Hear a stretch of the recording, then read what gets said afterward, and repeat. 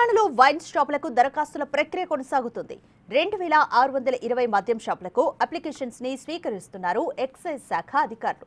శుక్రవారం ఒక్కరోజే రికార్డు స్థాయిలో 25,000 దరఖాస్తులు వచ్చినట్లుగా తెలిపారు. ఇప్పటివరకు మొత్తం 50,000 అప్లికేషన్స్ వచ్చాయన్నారు ఎక్సైజ్ శాఖ అధికారులు.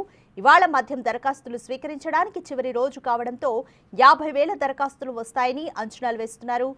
పోయిన ఏడాది కూడా ఇదే తరహాలో చివరి 2 రోజుల్లోనే 60,000కు పైగా దరఖాస్తులు రావడంతో ఈసారి కూడా చివరి నిమిషంలో దరఖాస్తుల సంఖ్య ఇంకా భారీగా పెరిగే ఛాన్స్ ఉంది. దరఖాస్తుల గడువు పెంచుతారని జరుగుతున్న ప్రచారాన్ని నమ్మొద్దంటూ ఎక్సైజ్ అధికారులు సూచించారు. అక్టోబర్ 21, 22న డ్రా కోసం అవసరమైన ఏర్పాట్లను చేస్తున్నట్లుగా తెలిపారు. 23న కలెక్టర్ల సమక్షంలో మద్యం షాపుల డ్రా యథాతథంగా కొనసాగుతుందన్నారు.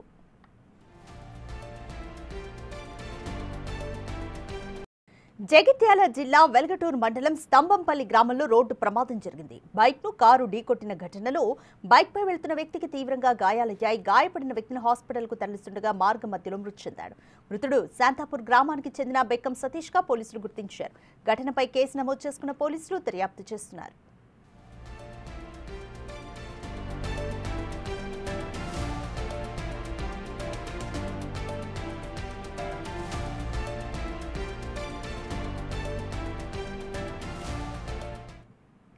ఇవి